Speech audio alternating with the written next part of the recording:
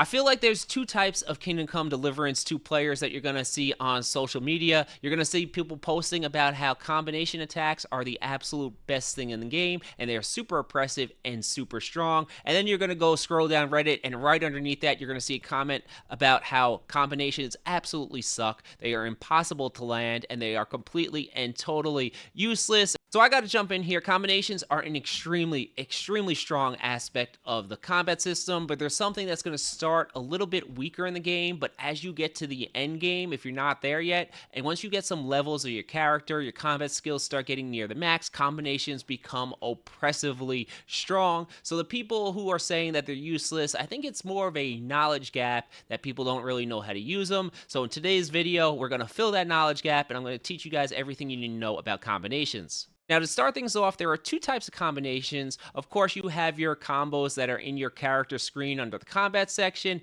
and these are set combinations that you have to perform in a certain order. You get unique animations for them, and they generally have unique aspects to them, like the pommel strike is one of my favorite, where you use the back of the sword to land a blunt attack that in the late game can absolutely destroy armored knights. Now, you also have a second type of combo that I don't really see anyone ever talk about for some reason, and that's natural combinations. You don't have to follow what the skill tree says. You can throw a combination of 3 or 4 attacks in a row as long as you time it correctly. Now, the only thing here is it's not going to have the unique animations, but that's fine because you can still chain together 3 or 4 attacks in a row, and it's extremely useful in a bunch of situations, and we're going to talk about this a little bit more as we go deeper into the video.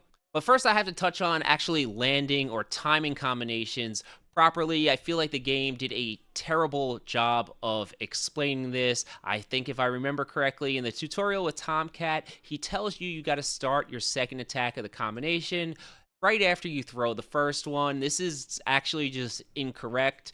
You want to throw it or time it as soon as your strike lands, and there's actually going to be, if you look at your attack directionals, they're going to glow white extremely quickly. I'm going to slow it down so you guys can see it happening. But when it glows white, this means it's the time for you to input your next attack to make it a combination. Now, in real time, it's kind of tricky to wait for it and then click, but it's a good indicator there for you so you can start developing the timing as you fight. And then it kind of becomes natural where you don't actually have to look at the indicators at all because you just know the timing and you have the muscle memory down.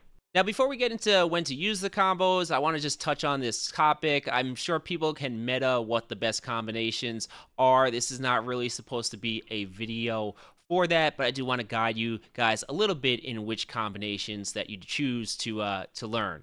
Now, I think with combos, simplicity is super important. You want to pick combos that are easy to use so that you can perform them under pressure when you're getting attacked by 3 or 4 enemies. Look, the basic left, right, left that you get from level 0 is pretty solid to learn, and it does the trick. There are a bunch of combinations that are also easy to pull off, something like stab, stab, right slash, or up, left, up. All stuff that is simple. I think you guys should be prioritizing trying to learn simple combinations first, and the 3 move or shorter combinations are a lot easier to land. That's something that has an extra attack or 2.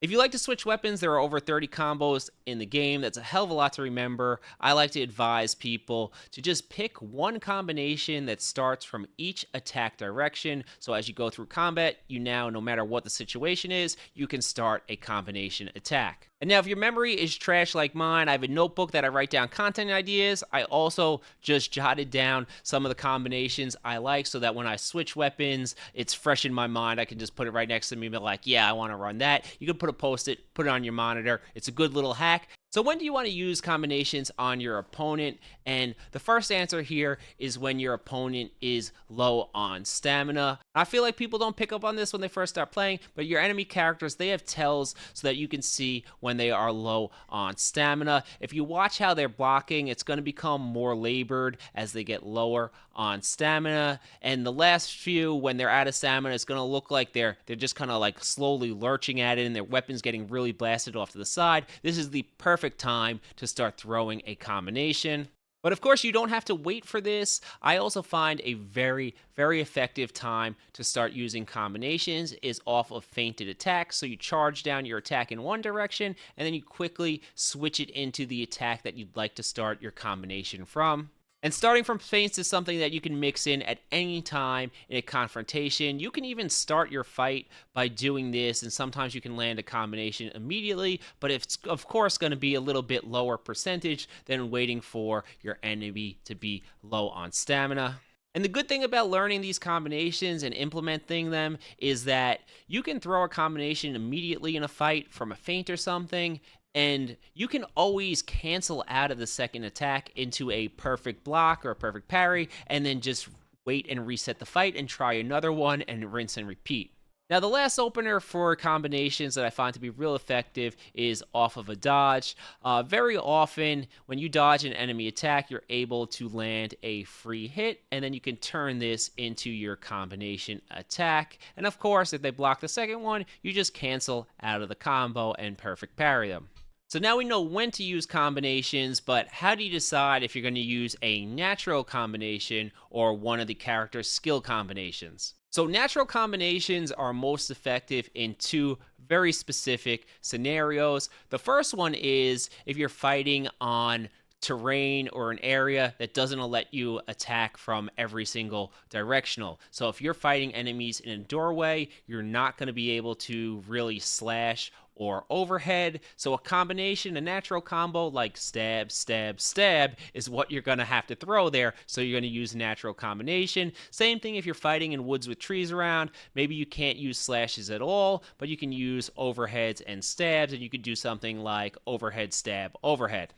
I also find natural combinations to be the way that you should be fighting if you're in a group fight with a ton of enemies. The disadvantage of using a character combination is that you get animation locked and committed to them, and some of the combinations will change your positioning or hold you in that animation while enemies are surrounding you. They're a lot less mobile than the natural combinations, so when you're in a group fight, things are getting hairy, people are surrounding you, you want that freedom of your character movement and the speed of your strikes, so you're going to want to go with more natural combos. But now those character combos, they are the ultimate weapon in 1v1s. They're extremely oppressive. So when you get down to that last enemy in a group fight or those last few enemies, this is a time you want to start throwing more of them in. If you're in a duel, the character combos are absolutely oppressively good.